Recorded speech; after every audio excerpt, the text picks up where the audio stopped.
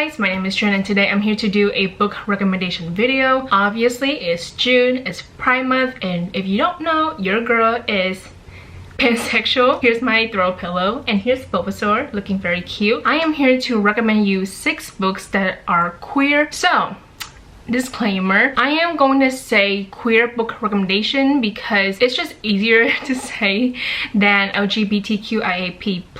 I'm using the word queer as an umbrella term and I'm going to say that these books are queer. However, I will try my best to be very specific regarding gender identity and sexuality. In this video, I am recommending 3 novels and then 3 graphic novels. I want to do this because I really enjoy both medium. I love reading novels, but then I also love reading graphic novels. I really hope that this video will be helpful for a lot of you. Like if you want to read novels, here are the 3 novels that I really recommend, and then if you want to read 3 graphic novels, here are the 3 that I really recommend. So let's just get started. The first novel that I really want to recommend is called The Henna Wars by Adibai Jagirda. I finished this book last week and I knew for a fact that I need to recommend this book because this was so freaking good. The main character is Nishat. She is Muslim, she is a lesbian. In the beginning of this novel, she comes out to her parents and they don't take it well. At school, she falls for this girl named Flavia, but of course things go really ugly because they're like taking this business class. The main character Nishat wants to open up her own henna shop because she's very good at henna, but Flavia decides to do the exact same thing, and of course it is cultural appropriation. So there's this rivalry going on between the 2 girls because they really want to win the money because like the winner gets $1,000. So this book is amazing. I really adore the characters. Nishat is so close to her sister and it's just a beautiful relationship because they really care about each other, and you can tell that these girls are like very close, and I love to see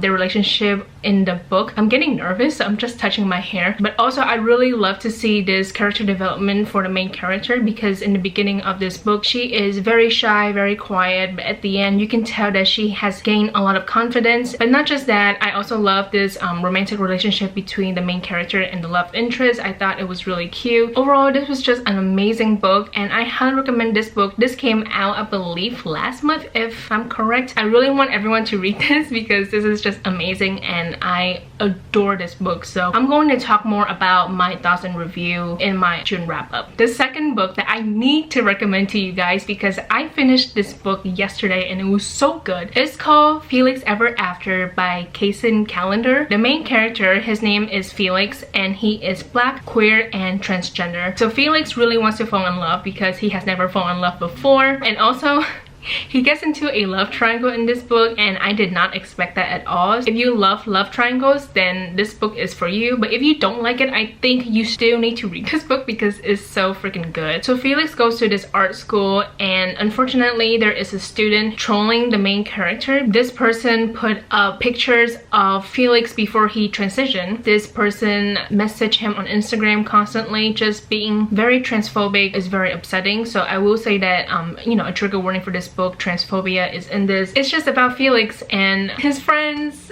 and so good. It's so freaking good. I'm so happy that I read this book these past couple of days because it was just a joy to read the book on Libby. I love the main character Felix. I think he is such a strong character. I love his friends as well, Ezra, Leah. I also really like Declan. So there's just like a whole bunch of characters from the LGBTQIAP+ community. But the one thing that I just really appreciate is that we actually find out who is trolling the main character because like I said, this person was so transphobic. And I like the fact that this person was held accountable. That is so important to me because I don't like stories where someone doesn't get punished for doing these horrible things. This person was literally being so horrible to our main character because he is just transphobic. You need to read this book because it's so amazing. The representation is so freaking good, and overall I think this book is phenomenal. Like it's literally one of the best books I've ever read this year. So the last novel in this video, if you want to read a book that has no romance, then I highly recommend Darius Is Not Okay.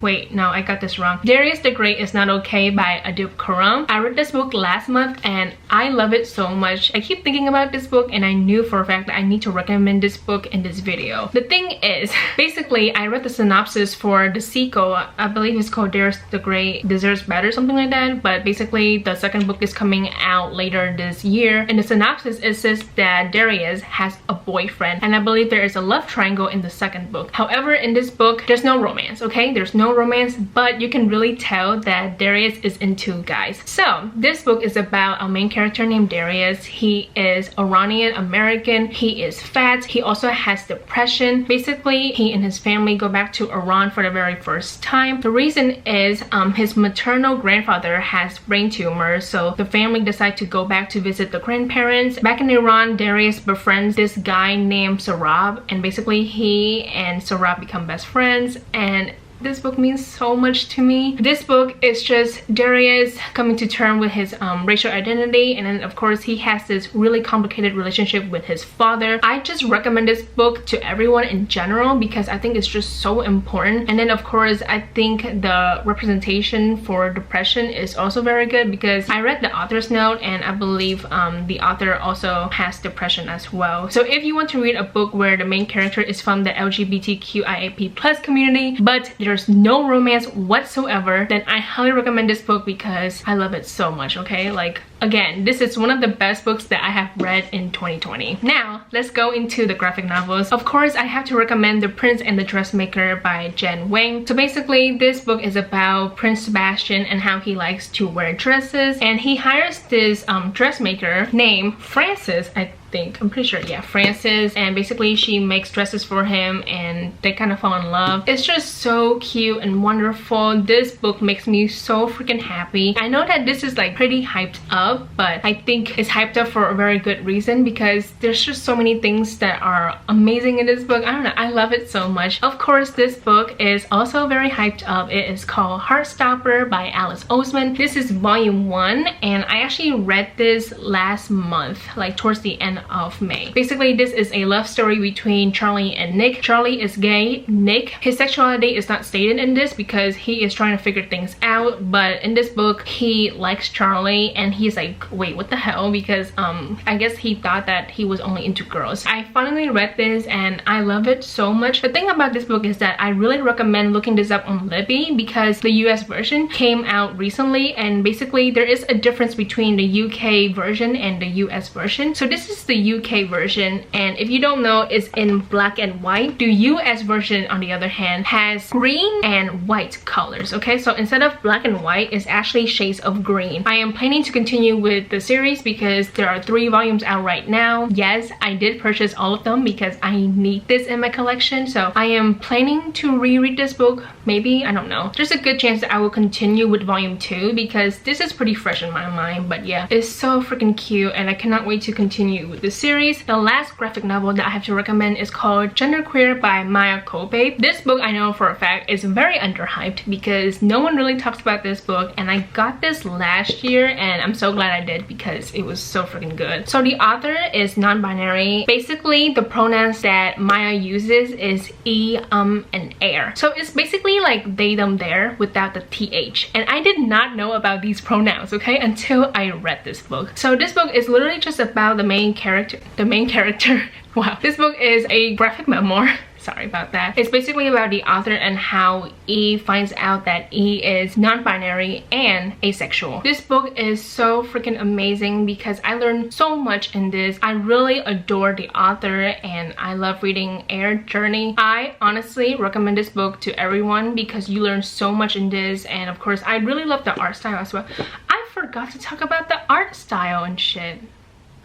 Anyway, so I really adore the art style because it's very colorful, it's very realistic, and I love just seeing the story of the author. So I think this book is very important. So yeah, please read this book. Like I said, it's so underhyped. Like, no one talks about this book. Those are all of the books that I have to recommend in this video. I'm so glad that I'm done because now I'm going to watch Fullmetal Alchemist Brotherhood with my BFF, Rebecca. That is it for today's video. I'm putting Bulbasaur here because I want you guys to see him. That's it for today's video. I hope you guys enjoy it. Thank you so much for watching. Please like and subscribe for more videos, and I will see you guys later. Goodbye!